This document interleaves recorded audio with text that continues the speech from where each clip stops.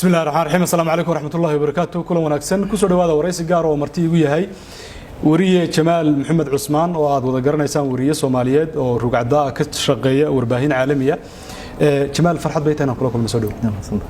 وي جمال ومركب هذا طبعا ورئيس يسوون بدنا فرح سنة هين هذا ورئيس يعني قاعد بالشيء وحنجعله وحياة بدن أما دور قضوين إنه بدون يستهلونه وهرين وضمان بدن بعد مرتي أنت كشقيني الصحافة ده حنسوق هذا يا سنوين كوجودن بيه إثيوبيا دجال أدق بك السعودية سنوين كوجودن بيه أما صدق سنة كوجودن بيسي هذا هي وريها كلية صوماليا أنت أنا أجهي تجي جوابه دجال بك السعودية بالأرنتاسي سدا يكوجو صورة الشيء يسامين تا يكوجو يالته هي وحيابها عتكو أركته مرحلة دي مالها كتشري محد يكشيء كرتا نرتبط وضع سنة هاي وأرنتها إثيوبيا هنمرين لبادي سنة كدوات بدجال بك السعودية إن كاستمر مر استاجي إثيوبيا كم مشغول سنة وكشقيني طبعا إثيوبيا dagaalka intuuna bilaabanin ka hor saansaan baa jirta inuu dagaal dhacayo aniguna telefishinka aan u shaqeeyay channel 4 Afrikadan sub-Saharan Afrikada midoobaan u qaabilsanahay markii intuuna dagaalku bilaabanin ka hor baan Ethiopia imid oo warqadi iyo waxaad u baahan tahay inaad ku shaqeyso wariyanimo waxa iga baan diyaarsaday markuu dagaalku bilowday anoo diyaar ah markuu dagaalku bilowdayna waxaan bilaabay inaan ka warramo dagaalka Ethiopia ka socda dabcan markii ugu horeeyay dawladdu degdeg bay ku qabsatay maqalle lamana filayn dadka waan xusuustaa barnaamijyada ugu horeeyay lahaa laba sano xataa kuma qabsan karaan maqalle markaan dadka khubarada alla hadal waxa la hameeyay laba sano xataa kuma tii karaan maqalle saddex usbuuc bay dawladdu ku tagtay markay tagtay wax yar kadib waxaan tagay maqalle barnaamijka soo sameeyay dabcan waxaa jiray eedeymo kufsiyo iyo dilal iyo aad loo sheegay barnaamijka soo sameeyay markaan sii daayay kadib waan ku soo noqday haddana Addis Ababa dhulka Ahmaarada dhulka Canfarta gobolada Ethiopia intooda badan waan tagay waxaan malaynayaa 8 kamid waan tagay 11 way 8 kamid waan tagay barnaamijka ka sameeyay dhinacan koonfurta la dhaho marka dagaaladaas iyo barnaamijka kalena waan ku dhex waday dabcan oo Ethiopia xaaladeeda guud laakiin xoog wuxuu ahaa dagaaladaas markii doorashada oo kale abi mar baan raacay waxoogaa la socday anoo doorashada wax ka sameynaya jimco iyo miisaan meel la dhaho u tagtagay marka kulay xaaladda guud Ethiopia waa unsaas wixii marba barnaamij aan u aragnay inuu muhiim yahay markaas in la sameeyo baan sameynayna ama had ku saabsanaada dagaalka ama barnaamij kale waxa iska ahaado muhiim ah okay laakiin meel dagaal uu ka socdo waliba Ethiopia dabacadeeda waa wada garanaynaa oo Afrika waliba wadamada dhinaca marka la yiraahdo xorriyadda iyo hadalka marka la yiraahdo ay kaga sii hooseysaa haddana iyadoo sidaa oo dagaal uu ka dhaxeeyo quwad weyn oo dawlad goboleed laga yaabo Ethiopia inay dhowr iyo 20 sano ka talinaysay oo ciidamadeedii iyo waxay u diyaarsanaa iyo dawladdii markaa jirta isku ruqansadeen inaad halka warbixin ka samayso soo arin aad u adag maahay aad bay u adag tahay wariyaashuna inta badan kulay iyaga kala duwan qofba wax buu sameeyaa laakiin anu inta badan barnaamijyada dhibka badan baan sameeyaa yaa ka caawinay marka inaad halkaas warbixinta noocaas ka samayso warbixin markii horeysaan ku sheegay dagaal ka hor baan warqado samaystay waxa jira qofka wariyihii inuu kaar yar ogolaansho accreditation bay dhahan u qaato oo qaybtan wasaaraddan media authority-ga leeyahay oo ka qaato waan qaatay warqada hadaad haysato kaarkaas yar macnaheedu waxa weeyaan sharci ahaan Ethiopia oo ka shaqeyn kartaa wari ahaan waad ku shaqeyn kartaa way marka horta dawladdu wax ma jirto ay ku dhihi karto kama shaqeyn karto Ethiopia mar hadaad haysato kaarkaas ciidamadu ma kugu ixtiraamayaan marka kaarka way kugu ixtiraamayaan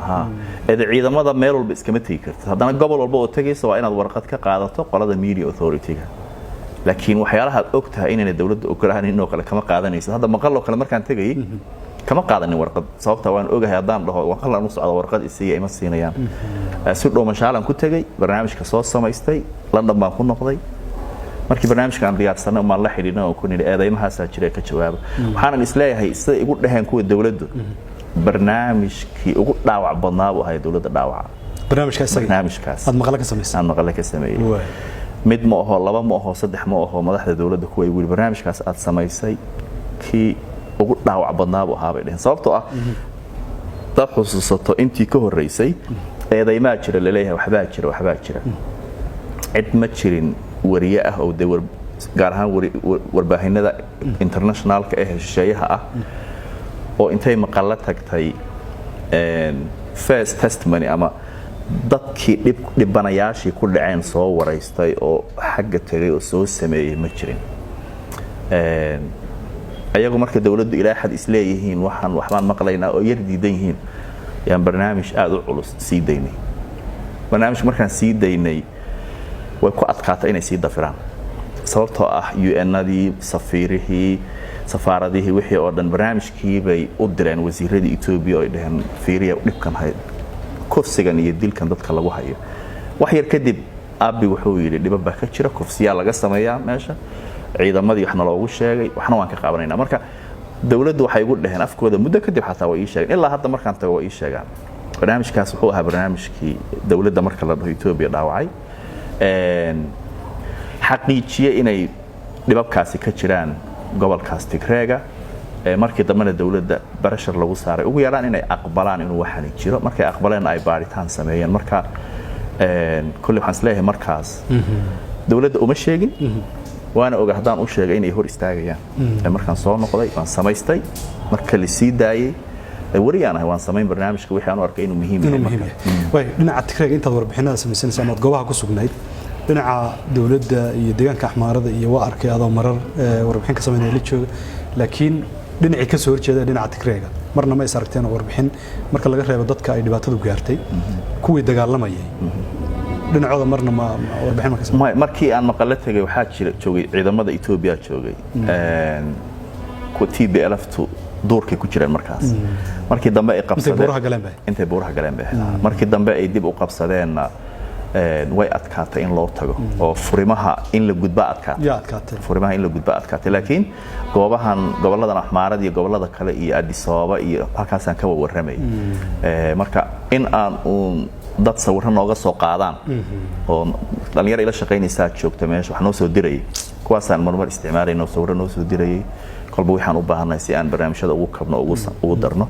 laakiin dhowr jeer baan isku day inaan tago furinta ba adkaatay in laga gudbaha Kombolcha markaad ka warramaysa yaa haystay Kombolcha markaas waxa haystay ciidamada Itoobiya laakiin saacada kadib baan maleynay waxa qabsaday TPLF-ta sababtoo ah waxaan rabnay inaan furinta tagno Kombolcha iyo Desay buur ka koreysay markaa TPLF-tu qabsatay markaan tagayno ciidamadan Maleeshiyadan Axmaarada ee faana la yiraahdo wax ka sameeynay aad bay noogu faaneen waxay dhaheen ma soo dhaw xabadan waan maqlaynaa idinka maqlay xabada waan maqlay madaafiicda marka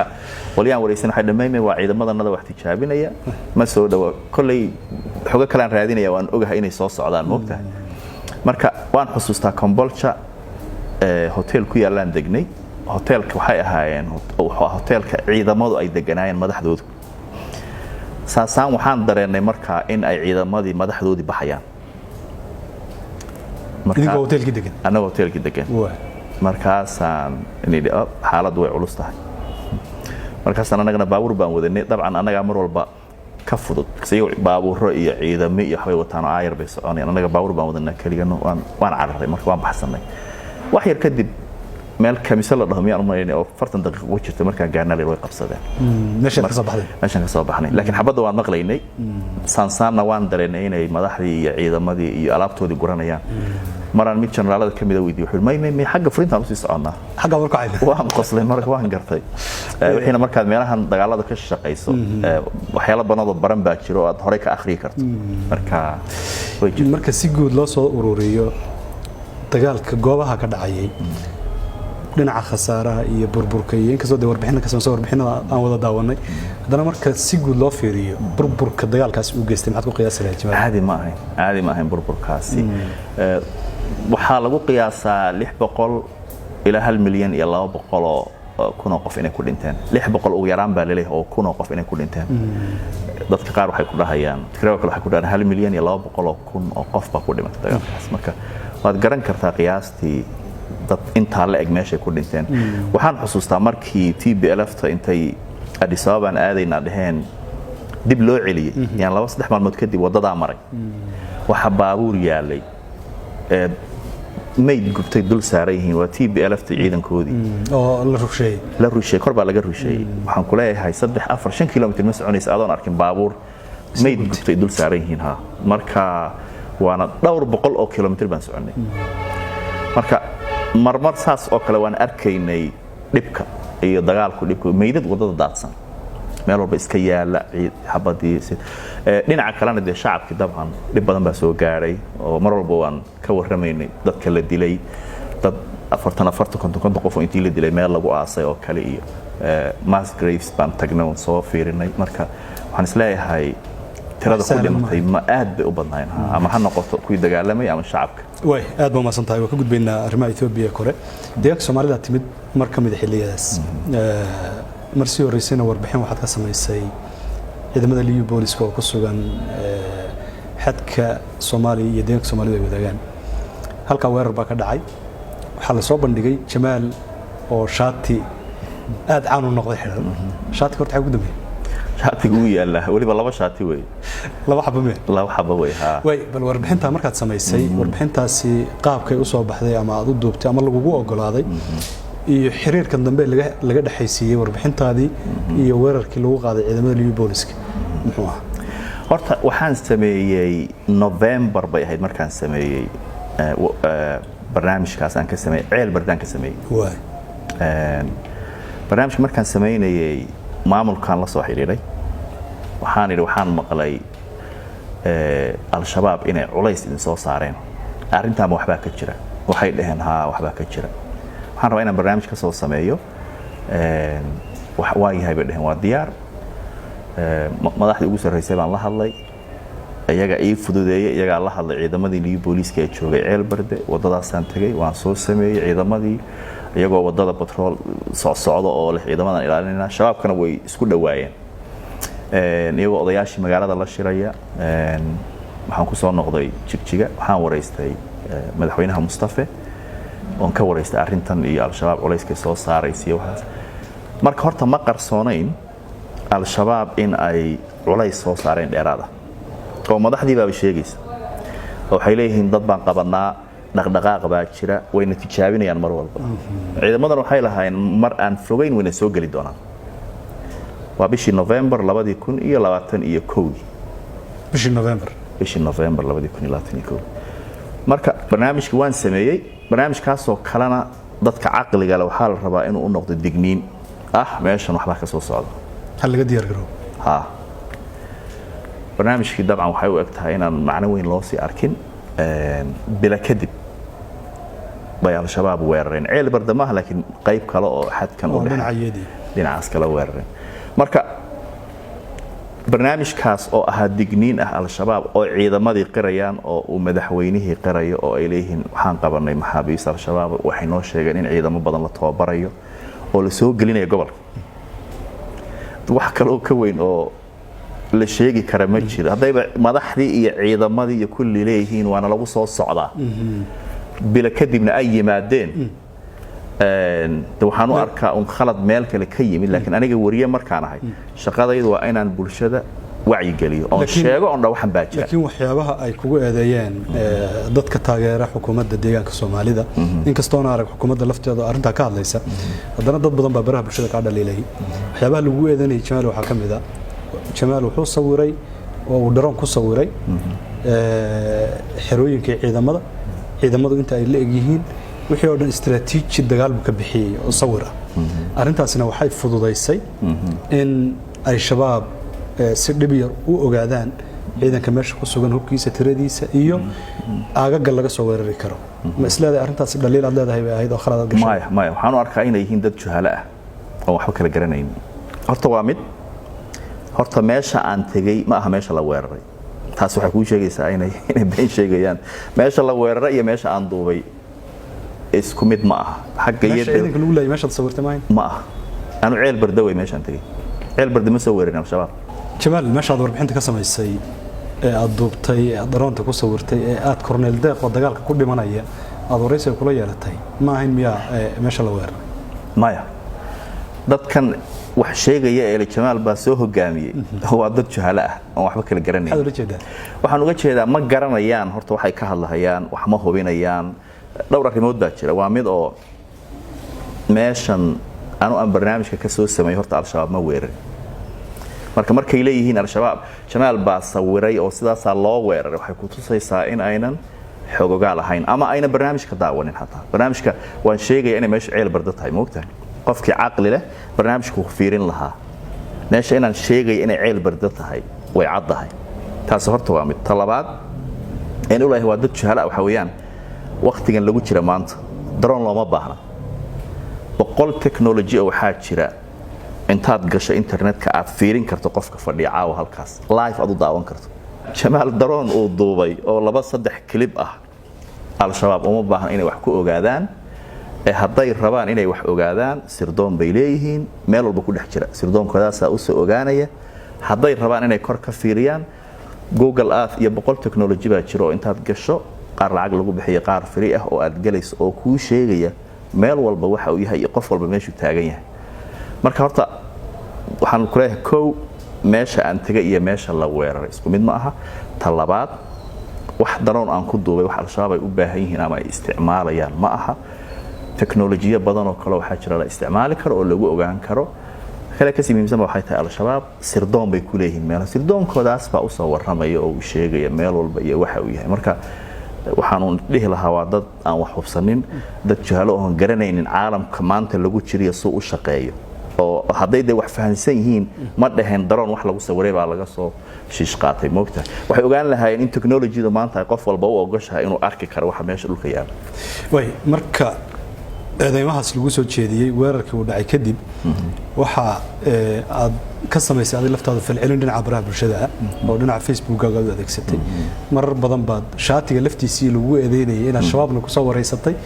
markan ciidanka Liibi booliska aad la joogtay iyo markaad Mustafa la joogtay baan aad xirnayd inaad ku soo celcelisay marar kala duwan ugu dambeynna waxaad samaysay inaad sawir aad shabaab la soo gashay soo saarato wajiga hore ee Facebook-gaaga arrimahaas say kugu dhashay arrimahaas waxa weeyaan marka dad sidan oo kala ah ay ku eedeeyaan dadku haday si macquul ah ku eedeeyaan ama si macquul ah ula doodi kartaa ama waxa laga yaabaa intaad dhageysato inaad dhahdo dadkan waxay sheegayaan waxba ka jira laakiin saan ku sheegahay dadku markay sidii caruurnimo iyo jahala kula hadlaan waa in iyagana sidaas aad ula hadasho anu marka waxyaalahan aan qorqoray waan ku ciyaaray waxa actually marka si fiirsa serious ma ahayn halkan baan taagnahay shaatiga baan xidhnahay sidan weeye kan waan ku ciyaaray wax dad serious loo qaadan karo macnaha ma ahan ku leeyahay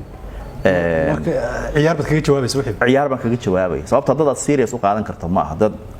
aan kala garanaynin wax basic ah si macquul oo lama hadli karto laakiin qofku markuu si macquul ah kula hadlo si macquul ah ula hadli kartaa mararka qaar kood waxa laga yaabaa wax aadan ku baraarugsan inuu kugu baraarujiyo moogta laakiin saan ku sheegay waxa ay igu eedeynayeen aha jamaal meeshu sawiray baa la weeraray waa been qos meeshan tagay iyo meesha la weerar isku mid ma aha kuleeyahay laakiin marka inta haday fiirin waa inay garan waayeen technology-da caalamka meesha ay maraysana ayna garanaynin uma qaadan kara serious baan kuleeyahay waxay kugu eedeynayeen wuxuu ahaa inaad shabaab link la leedahay ciidanka maartay cadow ku soo hogaamisay waxaas oo marka lagu eedeynay shabaabka laftiisina aad aad kaafarka soo saaratay ama aad wajiga soo saaratay hadda sideen shabaab u soo hogaamiyo ku sheegay balse u soo hogaamiyo shabaab la dhanbaan ku noolahay anugu sideen al-shabaab u soo hogaamiyo سين وسوه جامين أنا أسكري ماهي شباب ماهي سين شباب وسوه جاميني ما بتشوف ما يشاف عيل برد مركز يقولون الرئيس يقولون الدم بيسي هراء أمتجين ضد من أمتجين لكن نصور صارت مع عيار بيدنا صور ها ضد كون سريع عيار ضد قاركود ما هذا سنة كعصب أورد بالله شرف عن قاعدة بنكون بدله سنة كعصب وين ببدله مر بوحي عن سلاح لكن ضد قاركود وحي كاجت لجيان الشباب إن لو ورئيس إني دم بتاعي دم بنا ما موقته لكن وأورو أرجع لا دقالمي دم بما إنا ورئيسته وكا الشباب إنا ورئيسته دم بما إنا ضد كتاف فهمان بالربا موقته الشباب إنا نقطة أو أنصور دم ما سيء دم نقطة إيش شغله سيء دم نقطة الشباب نورث لكن هذا دم بكذا جينا ورث الشباب لكن وأورو لو أقون سيء هاي عالم كي الصومالي ذو بقى أقون سنتين وأورو أرجع سيء هاي تولد لا دقالما يسوع ممنوع لقى دقى عد والبو تكتين يسن يجي لفظه بس ده ممنوع قد دقان لنا على الدولة ده وحكى السعودية إنه سماش إيه مكر ورن ورية هاي مال والبو روحين تاضو قشوات جلسة لكن صومالي مركل تشوف سوق مدونا أرداس ما أنا يجي مدونا كانوا وربعين صومالي وما شقيا أنا channel 4 بانو شقيا أو لقاليها UK وحي مرب برنامج إنه أرقنا إنه حيسلي هاي برنامج هذا عن سماينا وحنيه كرا وحي دجال دعاء عن سماينا ما هاني أنا فكري جاي ما دوي channel 4 inta ii yimaadaan ma dhahan waxaa sameey wariyaasha ayagaa la rabaa inay fikir iyo hal abuur la yimaadaan al-shabaab markaan rabo inaan sameeyo waa fikir ani iga imanayo on leeyahay barnaamijkaas baan rabaa inaan soo sameeyo bal waa inaan madaxdayda ka dhaadhiciyo waqti igu qaato inaan ka dhaadhiciyo inaan sameeyo inuu muhiim yahay barnaamijkan marka sharci horta marka la dhaho waa haddii dowladnimo iyo sharci la fiirinayo moogtahay sharci ma jiro qoraya oo dhahaya al-shabaab lama waraysan karo haddii la leeyahay rabitaanka marba qofkii kursiga ku fadhiya ha lagu shaqeeyo wariyaashu qaabka uma shaqeeyaan wariyaasha saxda xalaashan sheegaya wariyaashan laaluushka iyo sharuurka la siiyo ma sheegay wariyaha xalaasha ahi waa in uu mar walba sameeyo wixii uu arko inay dan ugu jirto bulshada aniguna markaan bulshada leeyahay channel 4 baan u shaqeeyaa dadkana daawadana waa ingiriis soomaalidana mar walba waan u sheegaa barnaamijyada aan samaynaya intooda badan anigaa Soomaali ahoo isleh ummadda uga faa'iideey mooyaane Soomaali uma samaynayo laakiin ana waxaan isku dayaa mar inaan iswaafajiyo shaqadaydii iyo Soomaalinimadii inaan iswaafajiyo oo barnaamijkan ummadda si un bay uga faa'iideey oo sameey laakiin waxaan awoodaa inaan Soomaali wax ka sameeyo oo soo agmarin marmarka qaarkoodna dhowr sano iskaga maqnaadaa intaan shaqadan hadda ku jiray marka waxaan ku leeyahay al-shabaab in la waraysto sharci diidaya ma jiro dadku inay taa fahmaan baa la rabaa hadduu qofku leeyahay laakiin wixii aanu aan jeclahay un hal la sameeyo wariyuhu qaabka uma shaqeeyo aad baa umahadsan tahay waa ka soo noqonaynaa arrintan hore deegaanka Soomaalida eedaynta kaaga imanaysay marka laga yimaado dadkaas baraha bulshada ku jira eedaymaha ku soo jeedinayay ma jira mas'uul title ama xilka iyo dowlad deegaanka oo arrintaas wax ka weydiiyay ama kala hadlay maya macnaha dad uu yirinayo Jamaal Baryahan waxbaad nagu shidaysaa waa maxay mooyaane ma jirin cid kale oo aan ka wada hadalno dadkan mas'uuliyiintu way ogaayeen barnaamijka inaan samaynayo iyaga ogolaanshaha bixiyay marka intay ugu soo noqdaan ma dhihi karaan Jamaal barnaamijkii aad samaysay dib buu noo keenay moogtahay iyaga ogolaanshaha bixiyay iyaga raali ka hayna barnaamijka sameeyay actually markaan sameeyayna inta badan markaan barnaamijka sameeyay dadka dib baan u weydiiyaa ka warrama barnaamijkii barnaamij aad u fiican buu ahaa bay dhahay oo wacyi gelin laho muhiim ah waxa way shabaab markaad wareysatay ee barnaamij ka sameysay xukunka ayaa joogay ma xukuumadii hore mise tan hadda joogtay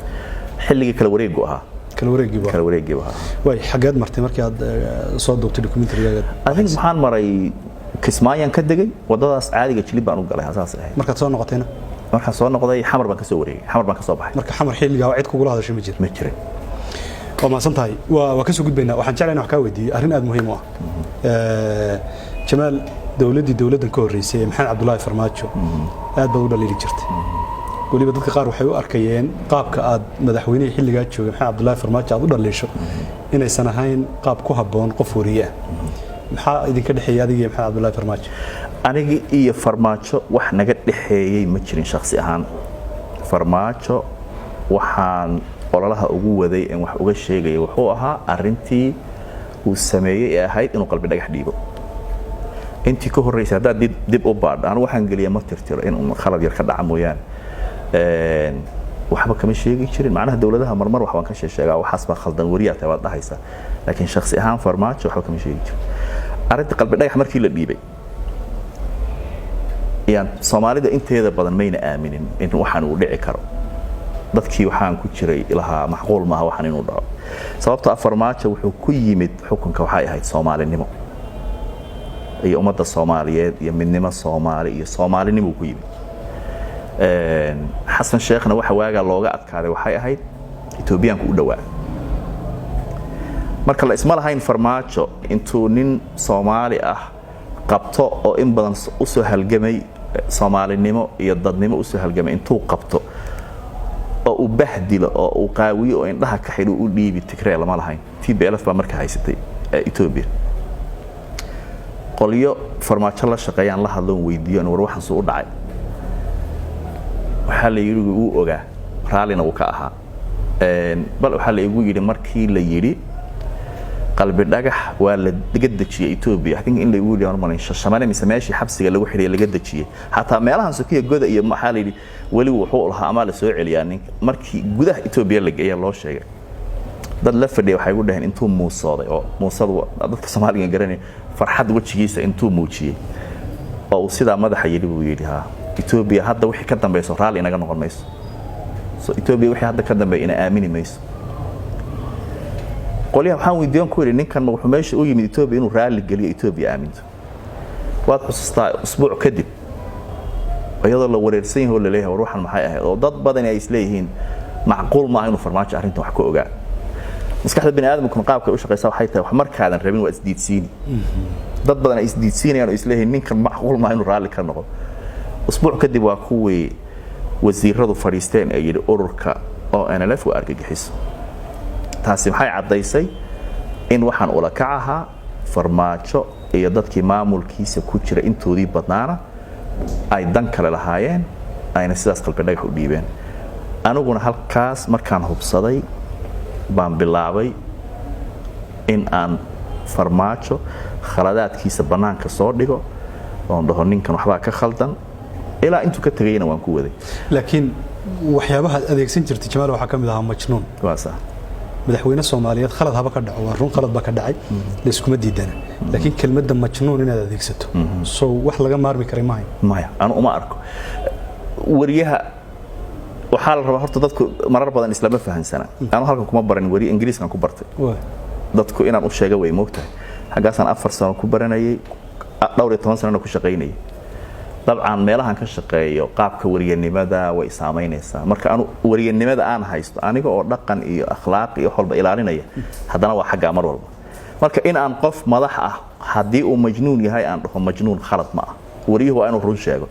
waxaan u arkaa wuu waalan yahay haddaan ku sheegiba muxuu ku waalan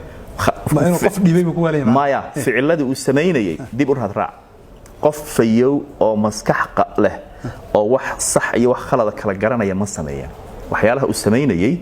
majnuunnimaduna de ma aha qofku inuu isqaawiyo banaanka ordo majnuunnimada lafteeda kala ah laakiin inuu farmaajo majnuun ahaa majnuunna yahay maantaan leh wuu yahay marka wali waa si aaminsantahay wuu yahay majnuun inuu de isdaweeyo oo caafimaad raadsado oo qofkana de Ilaahay uu caafin karaa mooyaane laakiin waxaan ku sheegi dadka yaqaanayna markaad hoos u wareysato way ku sheegayaan ninkan waxba si ka ah markay ku leeyeen waxba si ka ahna macnaha de uu afkay u macaansanayaan laakiin farmaajo waa majnuun waan dhahay haddana waan leeyahay majnuun way asaad aaminsantahay laakiin farmaajo markaad majnuun ku tilmaamaysa ra'iisul wasaare la shaqeynaya Xasan Cali Khayr ruuha kuma aadan tilmaamaynin majnuun khayr laa waan dhihi jiray isaga khayr laawe way marka waa kelmad mana lihi Xasan Cali Khayr ma aaminsani inuu yahay majnuun mana ah dadka markaad weydiisana kuma dhahayaan oo majnuun min munaafaqo wax isdaba marmariyo oo khayr laawe awu aha oo saas sameeyo laakiin nin maskaxdiisu joogto wax kala garanayo laakiin farmaajo dadkii ka agdhawaa markaad wareysto ku sheegayaan ninkan waxba iska abay wada dhahayaan way xukuumaddaas markay tagtay ama dawladdaas Maxamed Cabdullaahi Farmaajo madaxda ka ahaa markii ay tagtay waxa loo arkay Jamaal Maxamed Cismaan oo dawladda in badan ku shidayay oo heer gaaray madaxweynihii inuu waalan yahay ku tilmaamo dawladda dambe ee timaado inuu saaxiib la noqon doono xamar tagi doono bal ay xamar hadda markaa tagtay waxaan ka warayaa in laga tarxiilay arrintaas ay ku timid Jamaal waan taa ku sheegay horta mid baan ku sheegay haye dadku waxay ku dhihi wariye mucaarad baa tahay iyo dawlad baa taageersan tahay wariyuhu mucaaradna ma noqdo dawladna ma taageero laakiin mucaarad ku ay dawladda mucaarad ma ihi khaladaad baan sheegaya mucaarad waa qof mucaarad ku oo raba inuu jagada ka qaato anu siyaasi ma ihi moogtahay laakiin mucaaradadu siyaasiga kaliya ma gasho sama way inta badan waa siyaasiga qofka mucaaradka ahi waa qof siyaasi oo raba qolyahan inuu booska ka qaato ama urur ka tirsan ka qaadanaya moogtahay laakiin in aad sheegto khaladaadka ay sameynayaan mucaaradnimo ma aha wariyuhuna ma aha inuu dawladna taageero dawladna mucaarado mar walba dawlad walba oo timaado khaladaadkeeda waa in la sheego taas marka macnaheedu ma dawlad walba mucaarad ku ahay baa laakiin adiga oo madaxweyne Farmaajo ugu yeeray majnuun waalan iyo Cabdiraxmaan Cabdishakuur tusaale haddaan soo qaato siyaasiyiinta ugu codka dheer buu ahaa oo ku tilmaamayay inuu isaguna yahay macnaha nin khariban oo wadanka kharibay maxaad ku kala duwanayaan soo labadiina oo maydaan eedeyneen madaxweyne maya Cabdiraxmaan Cabdishakuur waa nin siyaasi oo madaxweynenimo rabo buu ahaa anagu siyaasad uma socdo siyaasina ma ihi mana rabo anu khaladaad jiro ma sheegaya dan kale oo leeyahay ma jiro in umada aanu sheego dhaho waxaas baa khaldan halkaas bay wax ka khaldan yihiin waliba saan ku sheegay channel 4 baan u shaqeeyaa oo muhiimadaydu macnaha shaqadayda inta badan ma ahaba Soomaali Facebook gaas baan Soomaalida wixii markaan waqti u helayna mashquulsanayn aan maqlo ama xog ahaan helo baan ku sheegaa okay kalimaadkaad madaxdii xilliga joogtay aad adeegsanaysay maslada Jamaalow sumcad darra ka soo gaadhay dhinaca Soomaalida marka la fiiriyo wariyuhu ma aha inuu sumcad raadiyo waa khaladaadka waxyaalaha badan ee Soomaalidu inta badan ayna fahamsaneen anu marka iska dhex qaadan ma soo maya wax walba ma dhex qaaday laakiin waa in runta sheego runta markaad sheegtana dad badan baa ka cadhoon anu uguma jiro wariyanimada inaan dad raali geliyo wariyanimada uguma jiro inaan sumcad ku helo wariyanimada waxaan ugu jiraa in aan xaq darro iyo dulmi iyo gardarrada ifiyo tii markaad samaysana dabcan dad way ka cadhoonayaan dad way ku taageerayaan dad way ka cadhoonayaan kuwa shalay ku taageersanaaba maanta ka cadhoonay kuwa shalay ka cadhaysnaaba maanta ku taageersanaani marka Soomaalidu haday moodayaan anu wariyanimada inaan ugu jiro inaan sumcad ka heliyo in la amaanay uguma jiro umana soo gelin waxaan wariyanimada ugu jiraa inaan sheego wixii jira iyo marar badan wixii anigu aanu arko inuu khalad yahay laakiin marar badan marka runta laga yimaado waxaad sheegaysaa wax adiga fikirkaaga soo waa wax marka dib u raacdo mid walba fiiri ku salaysan khaladaad jira hadallada marar badan fanax baad u yeeli moogta fanaxdan u yeelayo ma aha fikir macnaheedu ee waxa weeyaan wax walba oo sheegayo waa wax run ku salaysan tusaale ahaan maraan idhi oo kale wuu qayilaa farmaajo dad badan waxay dhaheen waa caayis ma aha wuu qayilaa macnaha run baadan karayno qayil waan ogahay waan dad sadku gaatay waan ogahay waagi Nairobi joogay ka horna waan ogaa intuuna madaxweynaha noqonin adiga isagu ma wada qayshay ma wada qayrin maxaad ku ogaatay markaa waan ogahay wariyana waan ogaanaya dad badan oo ka agdhow oo xogogaal ah baa jira oo ay warramay xogta siyaabo badan mad ku helaysaa markii uu joogayna maalin walba uu qaylay ma dhihi kara laakiin uu qaylay mar baa jirta aan idhi farmaajo ma tukado waa run ma tukado jimcaha marmar masaajidka wuu tagaa laakiin qofkii salaad tukada qofka maanta oo dhan kula jooga uu ku arkayaa Soomaaliya waxa soo dhan lama oran karo waa un propaganda aad ku sameynayso ma aha xaqiiqdan sheegaya waxaana muhiim ah qof madaxweynaha inuu qaylaa khalad ah because sababtoo ah qofkani waxa la rabaa 24 saac maskaxdiisu inay si taam u shaqeynayso because ummad idil buu madaxweynuhu hogaaminayaa marka ma aha in la dhaho qofka sheegay inuu madaxweynahan qayilo baa khaldan ee waxa la rabaa in la dhaho madaxweynuhu ma aha inuu qayilo sababtoo ummaddu madaxweynuhu markaan leeyahay ma tukado ummad muslimu hogaamiya ma aha in qof aan tukanin uu hogaamiyo Soomaaliya salaha marka waxaan aan sheegaya waa wax sax ah waana wax u baahan Soomaalidu in iska saxdo waa Jamaal laakiin xaqiiqada Jamaal markaan soo laabano waxa isayay maxay Cabdul marka laga yimaado dhibista qalbi dhagax waxa sheegtay in arinta adiga aad ku khilaaftay ee aad kaga soo horjeestay maxay Cabdullaahi Farmaajo inay koow ka ahayd marka laga yimaado waxa isayay Axmed Maxamed Islaan iyo maxay Cabdullaahi Farmaajo Axmed waxa uu taqaanay sayid barakaysan oo ma khaldama farmaajana waxa uu taqaanay majnuun soo leesma oran karo Jamaal bahashi Soomaalida ku badnayd baa qaaday sidaas uu kana ku mucaaraday kana ku taageeray maya horta barakaysan ma dhihinay sayid baan dhihi jiray sayid Axmed baan marmar soo qori jiray wayna jirtaa oo farmaajo wuxuu kula dagaalsanaa Jubbaland waxay ahayd qabyaalad adiguna marka qabyaalad kaga soo horjeeday ma qabyaalad baan kaga soo horjeeday ma dhahay laakiin khaladkiisaasan sheegay laakiin qaabka Soomaalidu u fikirtaa waxay tahay qofku markuu hadlo waxa la leeyahay ninkan horta waayo Soomaalidu qaabka wax u fahanto haddaan maanta shabaab wax ka sheego waxa laga yaabaa inay dhahaan ninkaas waa shabaab haddaan meel kale wax ka sheego mar walba waxay raadinayaan inay meel madaxa ku saaraan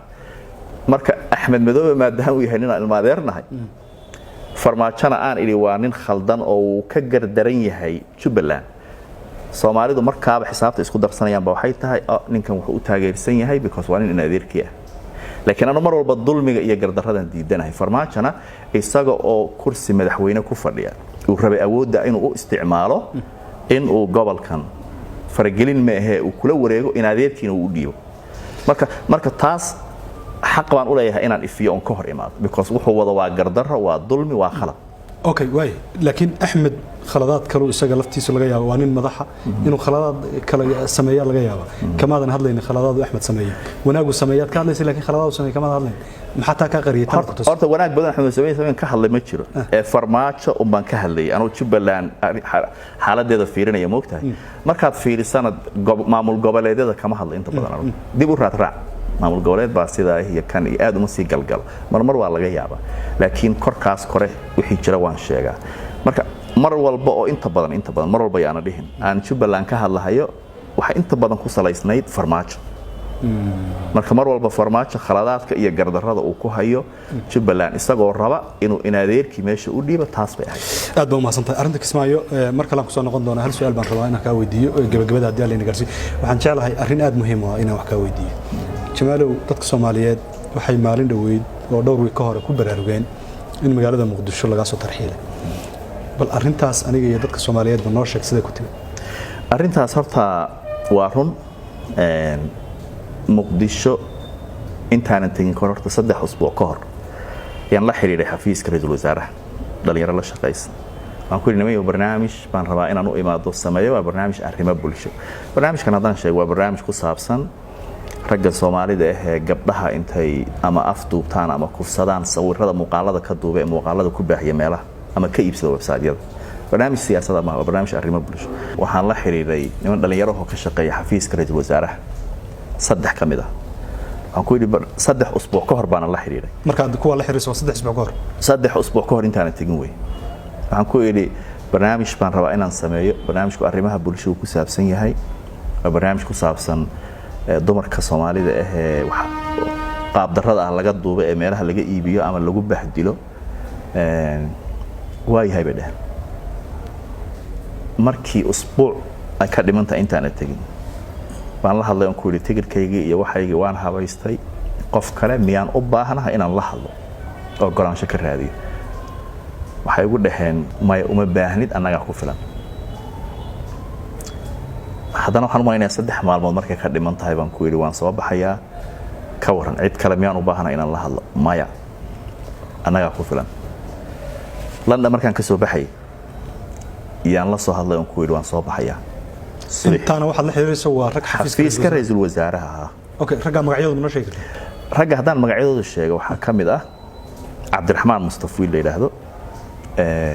xirsigaani oo wasiirka xafiiska ra'iisul wasaaraha ah iyo Cabdi Shukri Haybe oo sawirrada u qaada Cabdi Shukri kale waa nin iska dhalinyaro awood badan ma laha laakiin labada qof ee awood leh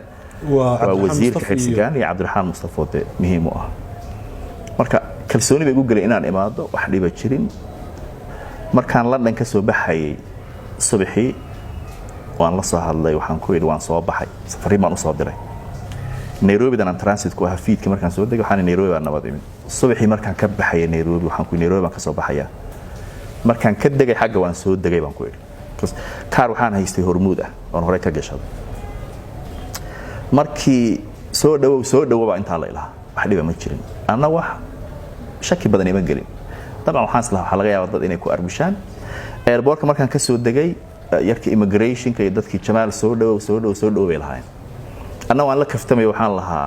dhulkii aan xoreeyay baan u soo noqday taasan kula kaftamay ninkii waa baxay bay lahayn dadku moogtahay waxaan rabaa inaan magaalada ku xaragoodo waxaan rabaa inaan dhaanto dirgax ku tunta Muqdisho saasan kula kaftamay dhalinyarada immigration iyo markaan soo maray meesha waa marka aad garoon ka soo degtay iyo garoon ka soo degay intaan soo gudbay boorsadaydii baan soo qaatay si sharaf lan ku soo maray hotel airportka ku yaala gudihiisa oo Dakaala ay dhahaan baan degay hotelka markaan sii galay yaa wiil igu yiri nabad sugidaan la shaqeeya oo orday iga dabeeyay salaamu calaykum magaca markaasaan ku yiri waad garanaysaa magacayga maxaa tahay adigu nabad sugidaan ahay nin marka aniga isugayba halkan taagnaa oo yiri war maxaad rabtaa anaga ninkan og ma adiga og bas hay iska noqday hotelkan galay marka wax shaki ma qad xiliga marka shaki badan ima gelin waxaan islaam dawaan nabad sugida oo iska ka hadlayaa hotelkii baan galay check-in baan sameeyay qolkaygii baan galay qolkii markaan galay laba nin oo ninka marka iga soo daba ordayay iyo wiil kale oo la socda albaabka nagu soo garaacay wiilkii ila joogay ee isugayay oo qolka ila joogay bay dhahan soo bax way kaxayaan markaa shaki galay ilaa marka waxaan islahaa ma isleeyihiin bal ogaada Jamaal meesha u socday iyo xaq bay u leeyihiin inay ogaadaan meesha aan u socday waxaas markii waxoogaa u maqnaa baan la hadlay telefoonka iga qaban waay ayagii oo socda labadii wiil oo socda ay u soo noqday hadana waxay ugu dhahan Jamaal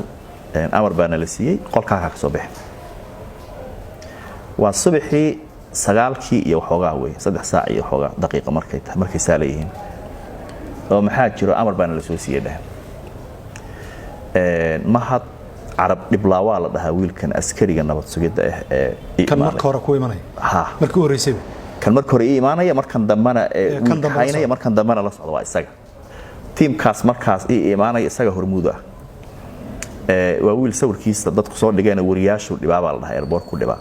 oo la yaqaanaba wariyaasha Soomaaliya markii ay arkeen waxay dhaheen ninkan wuu maxaa la yiraahdaa carab mahad carab dhiblaawa la dhahaa waay wariyaashu aad bay uga calaacalaan marka teamka airport ka haysto madax ka team airport ka haysta aduu kuwaas ku jira teamka gabar baa haysata nabad sugidda laakiin asagu kuwa ugu ronroon ku jira qiyaastii masaa sahabas markiiba waxaan sameeyay xafiiskii ra'iisul wasaaraha ayaan wargeliyay waxaan ku iri saas baa jirta waxaa la yiri ma bixi kartid Cabdiraxmaan Mustafa markaa ugu hormaroon la hadlay wuxuu igu yiri dhib ma leh anaga la hadlay waan sugay isma sii dhibin waxaan isiri boorsadaada iska hagaajiso shaqadii aan u socday baan hawsheedii galay inaan dadkii la hadlo oo dhaho waan soo degay aan babalamiyo qof dadkan wareysanaya iyo wixii waxay kadib igu soo noqdeen haddana waxay dhaheen inaad joogtaan fiir ayaan hubinaynay waraan xageen aad mudaqadan ka bood dabaqa afraad baan deganahay waxay dhaheen bas albaabkan ku taagnaanayna waan ku ilaalinayna war maxaa jira masaasi xaaladdu culus tahay bas adniyo marka Cabdiraxmaan Mustafa baan ku celceliyay waxaan inuu waxoogaa arintu waxaad moodaa amar kor ka yimid way marka mahad salaad baa amarka bixiyaa la yiri markaas hore iyo gabadh xamdi la dhaho oo nabad sugidda airport ka haysata iyada markaas wiilashan albaabka ii taagan la soo hadlaysa waan maqlaa taliya xamdi inay leeyihiin telefoon markay ku hadlayaan iyada telefoonka qabanayaan amar siinaysa adoo markii waxaan u malaynayaa 2 saac meelahaas adigu qadadii ku dhadhaway ayaan dad kale la hadlay oo nidhi waxaas baa igu dhacay xafiiskii ra'iisul wasaarahana waan u sheegay waxaan nidhi nimayahow nin wariye aan ahay meeshaan u socdana waan idin sheegay nin hadda meel kale u socdo mee arrimo bulsho haddii aad leedihiin ama meel kale aadaa dawladaha qaarkood markuu shaki galo wariyaha qof bay raaciyaan la idhahan government minder oo kor ka ilaaliya soo raaciyaan ku dhib iguma hayso barnaamij arrimo bulsho way laakiin arrintan ma fiicna inay faraha ka baxdo idinkana ceeb idin ku tahay anigana ceeb igu tahay bas wax yar kadib markii anigana dad baan ku leeyahay oo garanaya ama haday noqoto nisa ama dawladda ama dadkii baan la hadlay bal ii soo ogaadaan in nimankan waxay damacsan yihiin yaa mid kale hawshan wada waa la ii soo xaqiijiyay in ra'iisul wasaare Xamis oo kale loo sheegay oo uu yiri hal celiyo waana ninkii markii hore lahaa soo dhaw waxa la ii sheegay Xasan Sheekh oo markaas Mareykanka joogay in isaga galabnimadii baa la wargeliyaa la igu yiri mahad salaad waxaa jira isagana Xuseen Macalin inay dhahaan oo la taliyaha amniga ah ee Abshir Bukhari al-Adaala rag lagu tilmaamay inay yihiin milkiilayaasha dawladda baashirayay hawsha ku jiray ani marka intii aan galabtii la gaarin waxa ii soo baxday oo la ii sheegay inay dan kale leeyihiin oo ah inay habeenimada ila baxaan markaan ogaaday xafiiskii ra'iisul wasaaraha ee isku haleeyay inay wax ii qaban karin oo in awood lahayn dan kalena leeyihiin wiilashii waxaan ku iri borsadii baan xidhay waan soo degay waxaan imid receptionka markaasay qayliyaan ay dhaheen ma bixi kartid ana waxaan maxay idinka galay meeshaan rabaan aadi xagga u socota Ethiopian Airlines baan raacay baan ku iri waan idinka noqon qoladii shaqadaan u sheegay waxaan ku iri sidaan rabay ma noqonin hawsha waxba khaldamay dhibkaas baa jira tigirka ii bedel Ethiopian Airlines baan rabay actually inaan raaco markaas waan iskaga noqon waxay dhaheen ma bixi kartid bas adoo booqii markii meeshii uu ka dhashay waxay noqotay markii hore leena waxaan ahaa nin meel ku jira qol ugu xareysan dad badan oo meesha jooga ogaaday dad baa sawir qaaday markaas baraha bulshada la galiyay marka oo leeyahay jamaal baa la haystaa adigu markii dambe way isku noqdeen markii arintii banaanka u soo baxday adigu waxaan maaynayaa galabtii bay anoo receptionka meelaha jooga yimaadeen xafiiska ra'iisul wasaaraha iyo nin nabad sugidda ah iyo xamdidaas oo khadka ku jira telefoonka la ii dhiibay waxa la niyahow xamdidu waxay tiri waan ku celinaynaa waan ku tarxiilaynaa laakiin baasaboorka waa inaad dhiibto soo dhiibto macna tigirka annaga jarayna diyaaradda ugu horeysaan ku saarayna anna waxaan idhi diyaaradda Ethiopian-kan raacaa oo ma jirto waa la kansalay bay tiri waan hubin baan idhi telefoonkii baan ka hubiyay ii dhiiba ku idhi waan ka hubiyay waa in la kansalay baa la ii sheegay qolada shaqada aan u sheegay waa la kansalay ugu dhahan marka adu gabadh waxay ugu tiri waa lagu tarxiilayaa waan ku celinaynaa taas way marka khadka yaa ku jira xamdi iyo nin kale oo la yiraahdo engineer Abbas oo nabad sugidda ka tirsan iyo Cabdiraxmaan Mustafa saddexdaas khadka ku jira wiilkan aan ku sheegay mahad Arab Dhiblaawa la dhahay telefonkiisa ka soo hadleen anigu ii dhiibay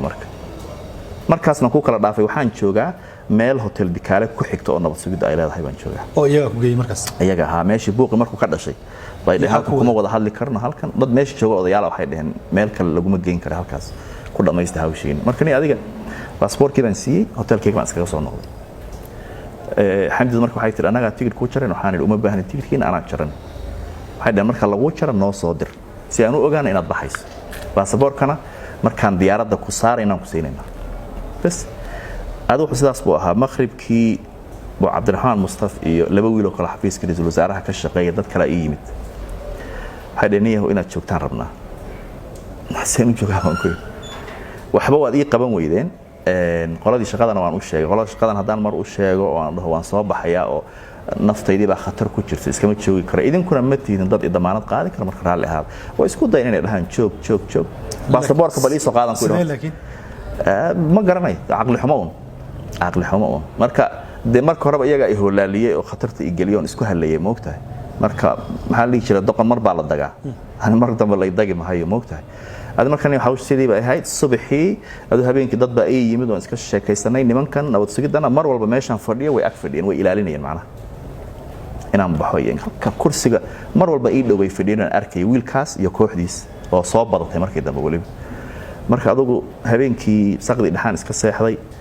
marka qolkaaga ma seexato qolkayga ma iska seexday ma qoliya amisam iyo waxba ii yimid oo safaaradda iyo waxba ogaataa leeyay qoliba waxay ugu dhaheen amniga halkan inta joogto dhimo anaga sugayna iska joog hotelkana ka cabsanin bay ugu dhahan marka adigu saas u dhaceen subaxii bay gabadhan xamdidu ii timid adigu ii hanjabtay marka subaxii ii timid inaan caadi kugu timid marka xildhibaani iyo Cabdiraxmaan Mustafa way fadhiyaan meesha oo leedahay adi waa nasiib badan tahay inaan wax kugu sameynaa rabno waxaas iska tiri adina markaas wixii saas ay u dhaceen laakiin qaladka ugu daran ugu waxaysanna wuxuu ahaa ra'iisul wasaare Xamse iyo xafiiskiisa oo isku haleeyay koow waxay ahayd hadaynan awood lahayn inay ii sheegaan ay dhahaan niyahow waxba kuma qaban karno raali naga aho hana isku imaanin Muqdisho ama dad kale la hadal tigidhka markii dambe iyaga gooyay misada goostay ma anaga goostay tigidhka anaga goostay tigidhka ana iska soo baxay marka saas ku baxay laakiin waxaan rabaa inaan kuugu daran yar oo ah dhibka weyn wuxuu ahaa horta ra'iisul wasaare Xamse oo ay ahayd xafiiskiisa marka hore inay dhahaan niyahow waxba kula ma qaban karno raali ahaw hadii ay iyagu dhahaan niyahow imo qofka damiir kale ma aha qofka martidaada in hoostaada lagala baxo waxay ahayd dawladda la hadlay inuu dhaho niman yahow ninkan anuu marti ii yahay hoostayda kala bixina taa marka laga yimaado waxay ahayd ugu yaraan inuu dhaho niman yahow ceeb bay igu tahay inaad ninkan celisaane aan ka fiirsano intiina ma sameeynin marka khaladka ugu weyn waxaan leeyahay anigu khalad aan sameeyo oo ma ahayn inaan isku haleeyo isaga waanu taasan khalad u arkaa maxaa u aragtaa inaad khalad isku waxay ahayd inaan iska baaro inuu yahay qof liito weeye qof liito inaan isku haleeyo ma jamaalow ra'iisul wasaaraha si toos adiga ama inta hore soo xiriirtamaysa noqoto ama marka dambe garoonka lagu haystaa noqotay adiga xiriir toos isaga ma la sameysay ma laakiin xafiiskiisa waxa ii sheegeen mar walba inuu og yahay oo u sheegeen bay ii sheegeen I don't think saddex qof inay been ii sheegi lahaayeen oo garanay marka inuu xog ogaal yahay uu og yahay bay ii sheegeen mar walba waan weydiiyay xataa ma u sheegtay waan u sheegnay bay dhaheen wuu og yahay bay dhaheen dibna waa la iiga sheegay in loo sheegay marka wuu ogaa waxay ka tahayba iska liidatay iyo doqonnimo waxay ka tahayba ma ahayn in ugu yaraan uu aqbalo oo uu ogolaado in la iga soo tarxiilo Muqdisho in la igu bahdilo Muqdisho in la igu xumeeyo Muqdisho haduu qof damiir leeyahay ma ahayn inuu aqbalo waxay ugu yaraan hatta inuu dantiisa ka fiiriyo dhoonimo ceeb bay ugu tahay ninkan ha tarxiilin hadaa dambi ku haysaan xira maxkamadna geeya farahan inuu la galo ma baaha taas moogtahay laakiin dambi la iguma hayo waxay ahaydun waxyaalo aan rabin baad samaysay dhulkan anaga iska leh hadda gabadha xamdi oo kale waxyaalaha igu tiri waxa kamid ahaa meeshaan raga iska leh dhulkii jinni ka timid iyo jigjiga ku noqon saas igu tiri taas maxay ku tusaysaa inay qabyaalad ku jirto meesha macna eragaas ku adeegsatay eragaas iyo adeegsatay ha marka waxay ku tusaysaa taas inay qabyaalad ku jirto gabadha aadka igu hanjabaysay bay ahayd lahayd dib inaan saa ku yeelan rabay wallahi saasaan rabay saas waa gabadha nabad sugidda airport haysata oo xamdi leeyahay xamdi ayaa leeyahay in ay hadda ma xusta laakiin waa la yaqaan alxamdulillah Nairobi xataa markuu noolaan jirtay marka niyahow waxaan isleeyahay khalad inkastoo aanu marka hore sameeyay oo ina ahayn inaan xamsi iyo xafiiskiisa aamino markay ku leedahay dhulkan raga iskale meesha jinida ka timid ku noqon ma taagnaayeen Cabdiraxmaan iyo ragga kale ka hadlayso I think inay joogeen baan u malaynaya markaas because intii subaxii ay la joogtay way fadhiyeen mid kale galabta kale ee ay telefoonka ku hadlaysay marmar buu wiilku ii dhiibay telefoon igula hadlaysay so ma xusuusta inay galabta ahayd iyo inay subax ilaa horta waxaan xusuustaa subaxa inay igu tiri hooyada ma nooshahay oon ku idhi may Allah u naxariisto oo tiri hooyada waa u fiicneed waa nasiib badan taan u malayn waxaan rabnay in godka jilco ku geysano gacmahaygan kugu jarjaro saasay tiri markaas Cabdiraxmaan Mustaf iyo laba xildhibaan baa fadhiyay meesha oo miiska fadhiyay saaleedahay tan kale in galabtii ay telefoonka marmar ay lahayd yarka aan la hadlay idhi ay la hadlaysay dhowr jeer markaas ay group ahayn mooyaan marka iyadoo mar walba way hanjabaysay galabnimada hore iyo subaxan dambaba qofka ilaa intaan airport ka soo baxay ila socdayna iyada ahayd way Jamaalow amarka mahad salaad baa bixiyay ra'iisul wasaare Xamza bixiyay madaxweyne Xasan baa bixiyay amarka inaadan Muqdisho warbixin ka sameeynin habeen aadan u hooyeenin laga celiyo airportka amarkaas uu ka soo flaaslaan way tashadeen go'aan ay gaadheen buu ahaa sababtoo ah hadii go'aan ay gaareen uun ahayn midkood un baa dhihi lahaa waxaan ma fiicnayna sameyn Xamse wuu ogaa Xasan Sheekh wuu ogaa oo waxaan la hadlay hatta kadib la hadlay qoriga la shaqeeya Xasan Sheekh wuu ogaa bay ugu dhaheen way xaqiiqeen inuu ogaa oo loo sheegay arinta mahad salaad ninka dabcan iyo gabadha Xamdida ah iyo mahad kan yar ee meesha joogay iyo ahaayeen waxa kale oo la ii sheegay Xuseen Macalin oo la taliyaha amniga ah Abshir Bukhari iyo Al-Cadaalana inay khadka ku jireen markii aan soo noqday baan dib u barbaaray hatta oo dad laha hadlay sidii wax u dhaceen oo rabay inaan ogaado dadkii ku lug lahaa iyo dadkii ka dambeeyay marka horta ra'iisul wasaare Xamse in uu isagu yiri hal celiya ninkan waa la ii xaqiijiyay oo taas shaki kuma jiro laga tashaday marka waa laga tashamay dabcan taladaas un way ay wada tashadeen isagu yiri hal celiya ninkaas waa wax la ii xaqiijiyay hal qof ma aha laba qof ma aha saddex qof ma aha waxa ku iman kartaa marka in ra'iisul wasaare Xamse oo xafiiskiisii markii hore amarkiisa ku timid hal la celiyay inuu yiraahdo maxay ku iman kartaa wasleed niyo wax kale ku tilmaamo ma garanay dadka markaas waxay ku dhahayaan niyo tabar ma laha wax iska liita weeye kan laakiin aanu taa waxaan ku qancay ma aha waxaan ku qancay laakiin dadka markaas waxay ku dhahaan ninkan Xasan Sheekh baa maamusha waa wiil Xasan Sheekh dhalay waxba awood ma laha sidan taasay uga dhigayaan sabab laakiin qof ra'iisul wasaare ah fiirisan ku sheegay waxa isagaan xafiiskiisa u sheegay waxa ahayd ugu yaraan inuu dhaho ninkan aniga imo ee hay ugu bahdilina meeshan isagoo xan badan ay jirto oo leeyahay waa wax liita inuu dhahay ahayd warxantii la igu xamanay baa run noqone aniga oo ninkan oo dhinac marka la fiirina Soomaali waa 4.5 in habeerka inaad celisaan khalad bay igu noqonaysaa oo dib bay igu keenaysaa iyo ceeb iga dhaafa ta kale islaamnimo iyo Soomaalinimo qof marti ku in hoostaada lagala baxo waa damiir xumo Soomaha marka dhinac walba markaad ka fiiriso sabab ma jirin Xamse oo ku aqbalo in la iga tarxiilo Soomaali oo 24 saac la igu hayo Jamaal suuragal ma tahay in ra'iisul wasaaraha iyo madaxweynuhu midna aysan arinta ogeyn dadkan kale ku sheegay inay ogaayeen isbeer fariimo ma niyo waan baaray tan ku sheegay muddana ka soo wareegtay walina waan wada qof walba doorkii uu kala lahaa kagamana haray aan laftayda oo mar raba inaan saako aamuso oo ku haro qof walba oo qayb weyn ka qaatay waxaan rabaa inaan jawaabta uu mudan yahay ka celiyo waqtiga rabtay ugu qaad sanad 2-3 sano kagama harayo mana haro ani shakhsi ahaan dhibsaas oo kale hadii la ii geysto waana ku daba jira marka baaritaanka aan sameeyay ee wada ilaa hadda waa la ii xaqiijiyay saan ku sheegay Xasan Sheekh waa loo sheegay wuu ogaa Xamse wuu ogaa oo hal la celiyo inuu yiri waa la ii sheegay oo waa la ii xaqiijiyay mid kale waa taqaanaa wariyaha hal qof lama aamino dhowr sources baa la raadiyaa wixii haduu is yeesho hadalkii macnaheedu waa run dhowr qof been sheeg mahad salaad oo nabad sugidda haysta Xamdida wiilkaas Abshir Bukhariga Al-Cadaala Xuseen Macalinkan intaas baa ku lug lahaa aniga ragga aad tirisay Xuseen Macalin kamid yahay mahad salaad kamid yahay Abshir Bukhari kamid yahay Cadaala iyo Xamse kamid yihiin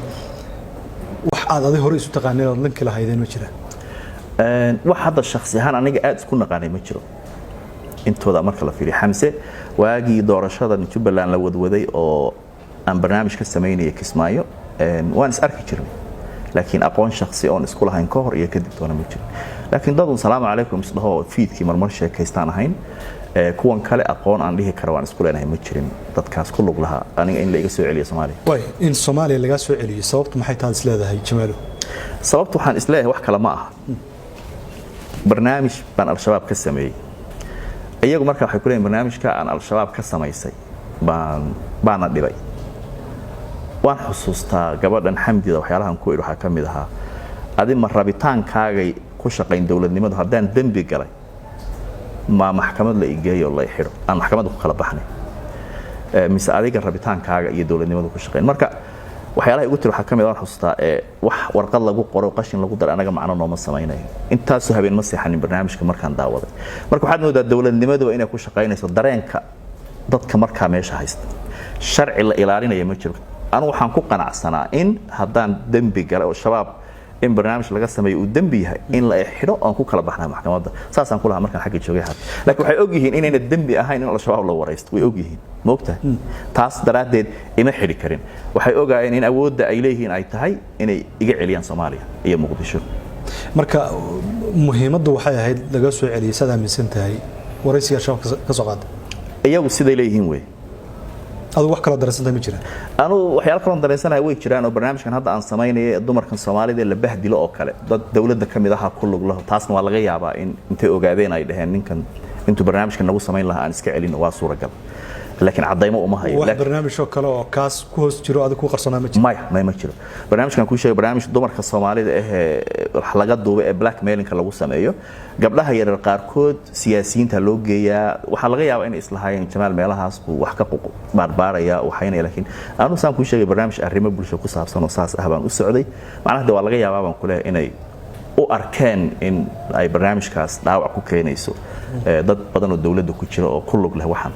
laakiin iyagu waxay afkooda iga sheegayeen wuxuu ahaa barnaamijkaas al-shabaab ay samaysay bay ku celcelinayeen mar walba Soomaaliya waxay wax ku qaybsato waa 4.5 nimba matala xildhibaanad dabcan adiga ku matala jira madax kale oo ra'iisul wasaare ugu horeeyo adiga 4.5 ka kugu matala jira ma jira cid arintan ka damqatay ama xildhibaanada ha noqdaan ama siyaasiyiinta kale ha noqdaan xilaalka ay arintan ka damqatay oo isku day ama ku dadaalay in arintan kugu dhac waxa ay yimid habeenkii Xasan Firimbi loo yaqaan iyo xildhibaan Rooda labadaas ay yimid iyo xildhibaan Malik nin la yiraahdo isagana laakiin markii 4.5 ka laga hadlo labadaas wax ii yimid jira oo yiri oo ila joogay habeenkii subaxiina ii yimid oo waan hubsanaynaa inaan nabadgelyo ku baxdo marka labadaas waan mahad celinayaa iyaga laftoodu waxa wayna arkeen in awood badan ayna haynin oo aan laftoodu kama filayn inay wax kale ay qabtaan laakiin waxaan leeyahay 4.5 ka marka la fiiriyo Xamse oo matala dad gooni ah waxaan isleeyahay xaqiiqda marka la dhaho ma matalo Xamse waa nin lagu shaqaysto Xasan Sheekh uu shaqeeyaa marka dib u baadhana waa nin gacanta lagu hayo oo dana Xasan Sheekh iyo danaha fuliye ee dano 4.5 ka markan la dhaho dadkaas u matalo dabcan way tahay qofku inuu qarannimada Soomaaliya ilaaliyo qof walba waa mas'uuliyad saaran haddana 4.5 kan waxa yahay waa representation halkan oo maha caalamka waa saa ummad walba shakhsi iyo dad baa matala marka saan ku sheegay waxay ahayd dhinac walba marka laga fiiriyo inuu dhaho arintan ceeb bay igu tahay arintan khalad way arintan hay ugu sameeyeen haddaad ninkaas dambi ku haysaan xidha idilama hadlay inay xidhaan bay nahay haddaan dambi galay laakiin waxay ahayd hadduuna dambi jirin inuu ka dhiidhiyo oo uu dhaho hadduu damiir leeyahay in yaroo damiir hadduu leeyahay waxa inuu ka dhiidhiyo oo dhaho niman yahay ceeb bay igu tahay arintani bahdil bay igu tahay iga dhaaf hay ugu sameeynina oo ugu yaraan intuu dhaho maalmo iska sii joog Jamaalow idaay intuu dhaho ninkan maalmo iska sii joog hataan iska soo noqdo anigu moogta haddaan xataa barnaamij sameeynin marka waxay ku saysaa inuu awood lahayn Xamse marka la fiiriyo awood marka laga yimaadana una damiir lahayn okay ma oran kara anaga awood male laakiin waxa suuragal ah madaxda qaranka ka cadhootay barnaamijka sameeyay inuu qayb ka yahay isaga laftiisa bacarada laakiin soo marka hore inuu ii sheega ma ahayn xafiiskiisa ay dhahaan niyo barnaamijkaas waa laga cadhooday Jamaalow ha isku imaan Muqdisho kastaasaa u haboonay markaan 3 usbuuc ka hor u sheegan ku yiri barnaamijkaas aan rabaa inaan imaado oo imaanaya Muqdisho ka warrama ay dhaheen soo dhawow waxay ahayd inay ii sheegaan ay dhahaan niyo dareenkaas baa jiray Jamaalow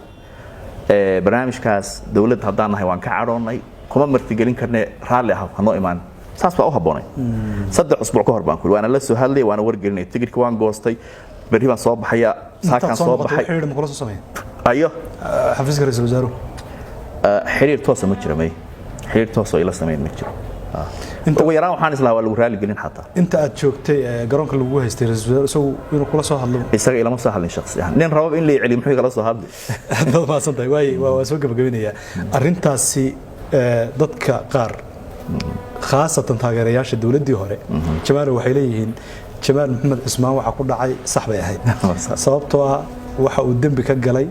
dawladdan ka horeysay gaar ahaan madaxweynihii aad ma rabo wixii aad ka sheegtay hore aan uga soo hadalay inaan ku noqdo laakiin marka la isku xireeyo dhaliisha aad u soo jeedinaysay dawladdii hore oo hadda lagu leeyahay intani ay sidaa ku samaysay sax bay ku ahayd waana nafsi uu hore u galay ma aaminsan tahay wax hore aad u gashin laga gooy maya sababtoo marar badan logic dadku ma samaynayaan moogtahay waxay ku hadlayaan ma fiirinayaan farmaajo majnuunka u aqaano dambiyuu galay xasan sheekh ba adiga dambi kaa galay farmaajo nin fiican buu noqonayaa ma aha macnaheedu moogta farmaajo nin khaladaad badan galay waa 5 sano la soo dhaafay inta xasan sheekh ka horreysay ma xasan sheekh ba dambigu galay kama mayrayo farmaajo dambiyadu galay marka farmaajana dambiye badan buu galay oo ninkaas Soomaaliya la haray buu ahaa ikhribay xasan sheekhna waxaan aaminsanahay inuu wadadiisii ku socdo marka labaduba haday khaldan yihiin macnaheedu ma aha mid inuu saxnaado way moogtahay midda kale kana ku xumeeyo waa inuu kaasi fiicnaado logic ma ah marka waxaan ku leeyahay marar badan dadku waxay sheegayaan waxay ka fikirayaan xataa ma aha farmaajo 5 sano haystay Soomaaliya dib u dhac badan buu ku keenay dambiye badan buu galay xasan sheekh ba Soomaaliya iyo xukuumaddiisa ka soo tarxiishay waa inaad kii hore jeclaato qaabka uma shaqeeyaan logicna ma aha kii hore uu khaldana kana uu khaldan yahay saas aaminsantahay waa basaasba ma aaminsani xaqiiqdu waa sida kii horena uu khaldana dambiye badan buu galay kana dambiyana uu galayaa dambiye badan oo kalena uu galay sidoo ku soo laakiin adiga waxa uu lagu sameeyay marka laga reebo dambi kale oo galay ma ku muuqdo uu galayaa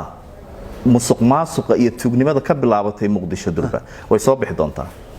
hadda la sheegayo dadku waxay ku mashquulsan yihiin shabaab baa la weeraray moogtahay laakiin taas xaaladeedu markay hoos u yar dhacdo xasan sheekh ficilada uu geysanaya musuqmaasuqa iyo dambiyada hadda Puntland soo iskuma dhacsana durba marka khaladaad uu sameeynaya khaladaad waaweyn uu sameyn doona mana aha nin baraka badan xasan sheekh iyo kuwa la shaqeynaya gabagabadii arrin saxaafadan oo iman doona laakiin Kismaayo haddaan hal su'aal dib ugu noqdo waxa tagtay xilli dhexdaara san ku sheey aan ogaa qarax baa ka dhacay dad Soomaaliyeed wax gal oo fara badan baa ku dhintay dad adiga waliba aad wariyaal oo ciisho madaxeen sida hodan oo kale arintaasi bal ka waran muuqaalad ka sameysana waa daawaday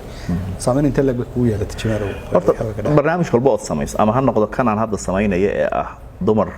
la dulmiyay ama ha noqoto qarax dhacay oo dad ku dhinteen uu saameynaya bini aadan baa tahay dadkan dhibka gaaraya waa dad Soomaali ah oo kula dhiig ah oo kula dhalasho ah moogtahay marka ma dhihi kartid ima saameynay ku saameynaya laakiin markaad wariye tahay waxa la rabaa mar walba inaad ilaaliso shaqadaada oo fiiriso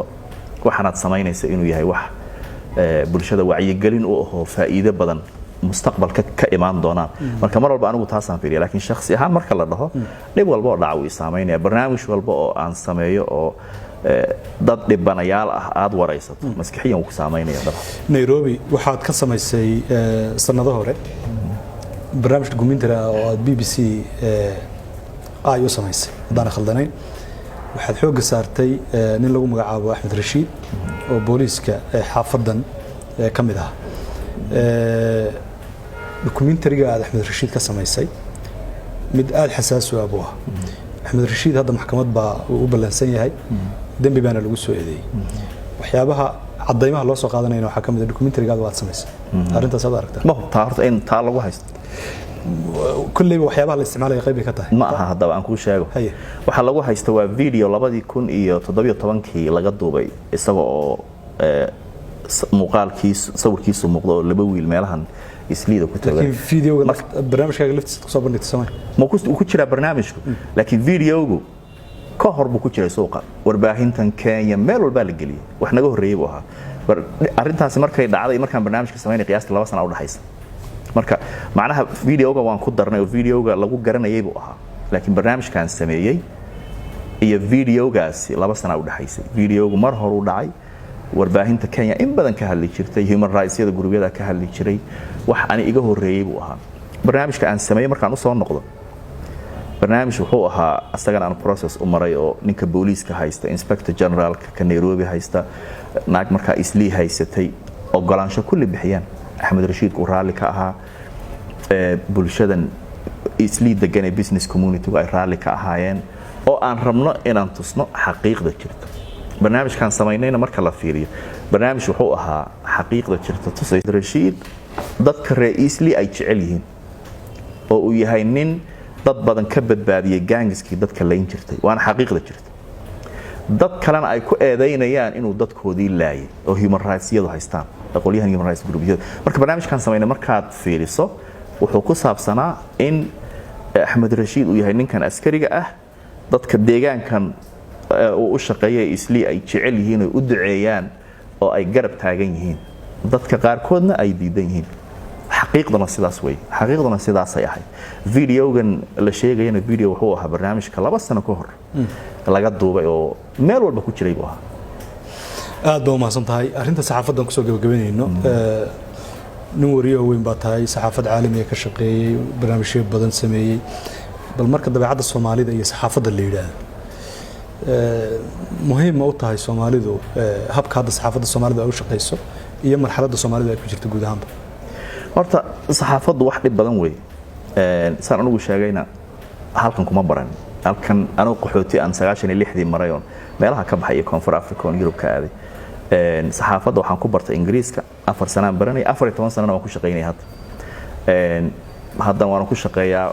meelana waan ka dhigdhigaa jaamacadaha wax ka bara saxaafadda marka aadna waan u akhriyaa mar walba saxaafadda iyo xaaladaha ay maraysay waxaas oo nin aad u daneeyo ula socdaan inaan ku shaqeeyo kaliya maaha inaan macallin ahay kaliya maaha inaan ogaado horumarka ay saxaafadda sameynayso markii loo soo noqdo saxaafadda Soomaalida dhinac waan ogahay oo dadkuna inta badan way dhahaan channel 4 baan u shaqeeyaa channel 4 dhaqaale badanna way haystaan nin mushahar fiican qaataan anigu ahay marka marar badan dhalinyaradu waxay dhahaan niyo nagu diganin anagu dhaqaalaana ma haysano mushaharna ma qaadano waxba naga khaldan hadhihin laakiin haddana in la sheego khaladku waa muhiim waxaan xustaa 2012 baan article Guardian-ka ku qoray aan leeyahay wariyaasha Soomaalida sharuurka ay qaataan waa khalad waa laaruushka waan xustaa markaas oo Muqdisho dhalinyaro ay ugu mudaharaaday oo yiri Jamal down